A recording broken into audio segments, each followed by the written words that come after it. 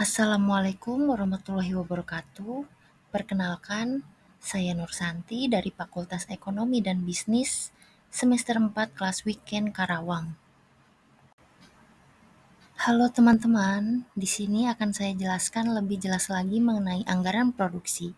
Simak video ini sampai selesai ya. Anggaran produksi merupakan rencana perusahaan untuk menghasilkan produk perusahaan dalam jumlah yang sesuai dengan kebutuhan penjualan dengan mempertimbangkan jumlah persediaan pada awal dan akhir pada periode tertentu. Jadi, di sini dapat kita simpulkan bahwa anggaran produksi ini merupakan anggaran penjualan dijumlah dengan anggaran akhir yang diinginkan, lalu dikurangi dengan persediaan awal yang telah direncanakan. Nah, di sini kita akan menjumpai dengan yang namanya suatu masalah. Nah, di sini ada beberapa masalah yang akan kita hadapi yang berkaitan dengan perencanaan produksi. Nah, yang pertama ini adanya tingkatan produksi. Yang kedua, kebutuhan fasilitas-fasilitas produksi. Dan yang terakhir ini adanya tingkat persediaan barang jadi.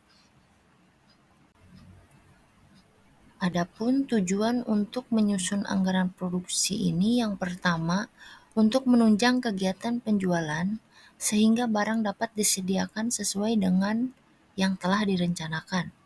Yang kedua, untuk menjaga tingkat persediaan yang memadai. Artinya, tingkat persediaan yang tidak terlalu besar dan tidak terlalu kecil. Dan yang terakhir, ini untuk mengatur produksi sedemikian rupa sehingga biaya-biaya produksi barang yang dihasilkan akan seminimal mungkin. Nah, untuk hubungan tingkat penjualan, tingkat produksi, dan tingkat persediaan itu seperti apa sih? Nah, yang pertama kita harus merencanakan penjualan terlebih dahulu. Selanjutnya, untuk tingkat persediaan, lalu rencana produksi. Adapun rencana produksi ini adanya anggaran bahan mentah, anggaran biaya tenaga kerja, dan yang terakhir anggaran biaya overhead. Nah, untuk langkah-langkah penyusunan anggaran produksi, yang pertama ini adanya tahap perencanaan. Tahap perencanaan ini meliputi apa aja sih?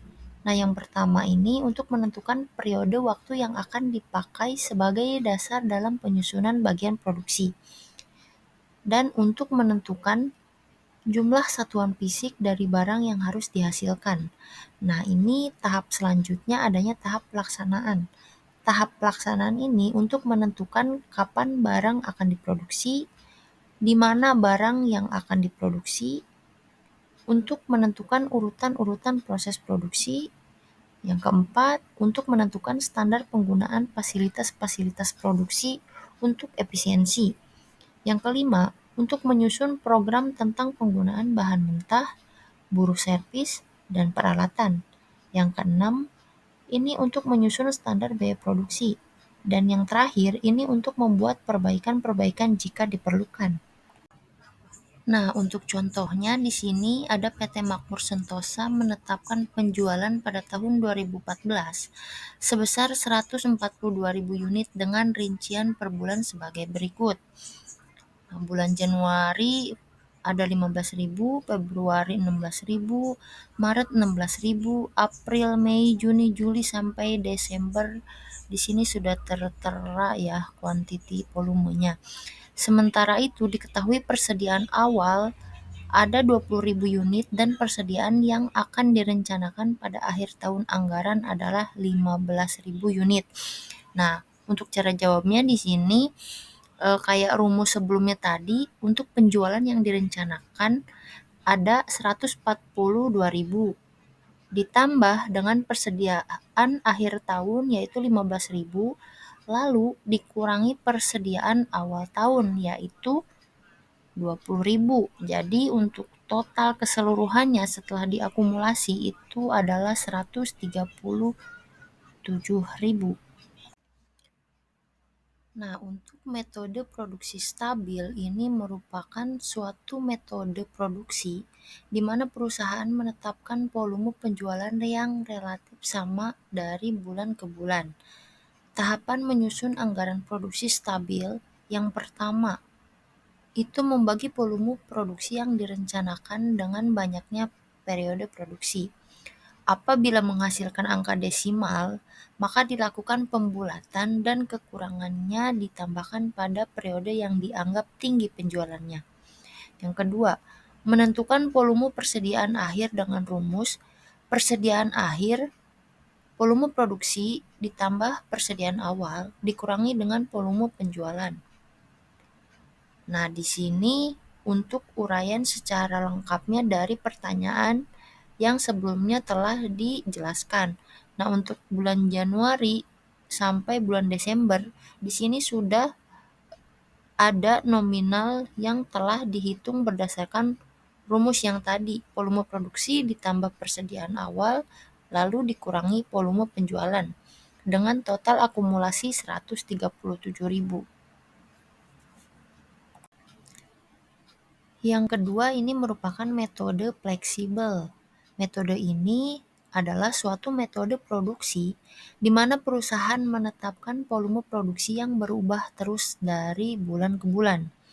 Pada dasarnya, metode ini dapat menggunakan volume produksi dan volume persediaan sesuai dengan keinginan perusahaan.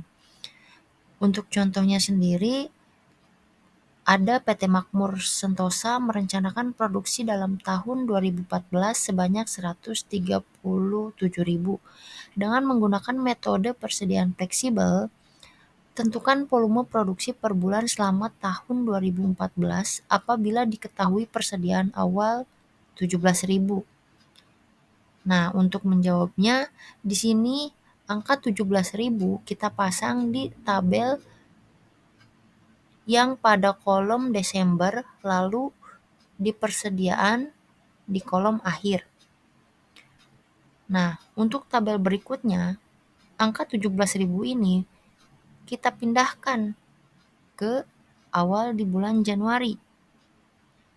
Nah, untuk Februari sendiri ada 13.000, Maret 11.000, April 11.000, Mei 13.000, lalu untuk akumulasinya ini tetap di angka 137.000.